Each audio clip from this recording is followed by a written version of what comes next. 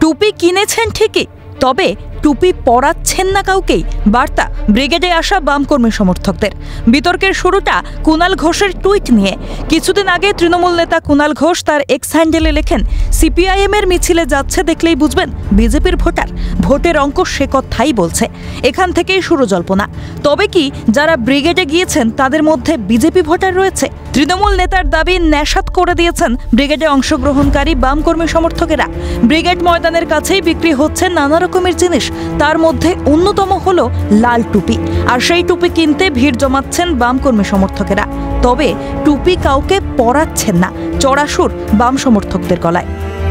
কিছুদিন আগে তৃণমূল নেতা কুণাল ঘোষ তিনি বলেছিলেন এই ব্রিগেড সমাবেশে যারা আসছেন অর্থাৎ এই কমরেডরাই আসলে কিন্তু কমরেড নয়, রামরেড। সেই কথা কতখানি সত্যি ক্যালকাটা নিউজের ক্যামেরা ঘুরে দেখলো সেই চিত্র, এবং এই ব্রিগেড সমাবেশে আসা যারা মানুষরা, কর্মী সমর্থকরা, বাম কর্মী সমর্থকরা এসছেন এবং সাধারণ মানুষরা এসছেন, তারা তাদের বক্তব্য তুলে ধরতে চলেছেন।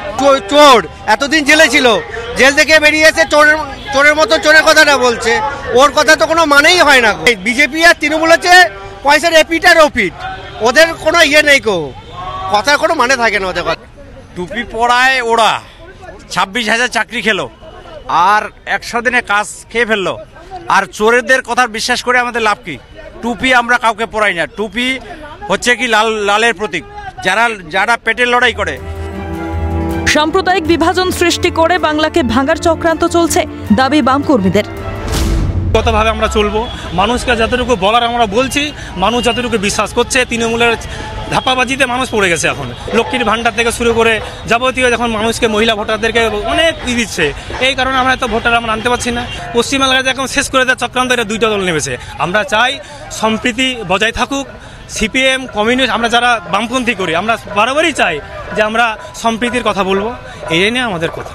ব্রিগেডের সমাবেশ থেকে 26-এ যাতে মমতা ব্যানার্জিকে দূর করা যায় এবং আমাদের বাম শক্তি যেন এগিয়ে আসে, সেই বার্তা দিতেই আজকের আমাদের ব্রিগেড। এবং খুব স্বাভাবিকভাবেই সকাল থেকে এই ব্রিগেড ময়দানে বিভিন্ন জায়গায় বিক্রি হচ্ছে লাল রঙের টুপি, এবং সেই টুপি কিনছেন এখানকার বহু বাম কর্মী সমর্থক যারা এই ব্রিগেডের সমাবেশে অংশগ্রহণ করছেন। সকলেই এসে একবার কিন্তু এই টুপির দোকানে প্রত্যেকেই এসে একবার দেখছেন, কেউ হাতে দেখছেন, কেউ কিনছেন। আগামী দিন বিধানসভা ভোটে সেই প্রভাব অবশ্যই পড়তে চলেছে এবং লালে লাল হয়ে উঠতে চলেছে আগামী দিনে বিধানসভা ভোটের ফলাফল। সেই দিকেই কিন্তু তাকিয়ে রয়েছে অধিকাংশ এই ব্রিগেডে আসা বাম সমর্থকেরা। এদিকে 50 টাকা দিলেই মিলছে ডিম ভাত সবজি। ব্রিগেড মানেই ডিম ভাত, সে তৃণমূল হোক কিংবা সিপিএম। ব্রিগেড ময়দানের আশেপাশে দোকান খুলে বসেছেন ব্যবসায়ীরা। ডিম ভাত মানুষের আয়ত্তের মধ্যে, সেই কারণে ভালোই হচ্ছে ডিম ভাত সবজি বিক্রি। গাছের তলায় চেয়ার টেবিলে বসে দূর দূরান্ত থেকে আসা বাম কর্মী সমর্থকেরা চেটে পুটে খাচ্ছে ডিম ভাত। ডিম ভাত সবজি 50 টাকা।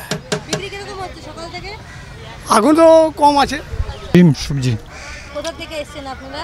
আমরা জলপাইগুড়ি ডিস্ট্রিক্ট থেকে। কবে আসলেন? আজকে, কালকে রওনা হয়েছি, আজকে পৌঁছালাম। এই যে ব্রিগেডের সঙ্গে একটা ডিম ভাতের কিন্তু আলাদা সম্পর্ক আছে। সব ব্রিগেডের ডিমটা একটা ভালোবাসা থাকে নাকি? হ্যাঁ। কি খাচ্ছেন? ভাত খাচ্ছি। ভাত আর কি? ডিম ভাত আর আলু।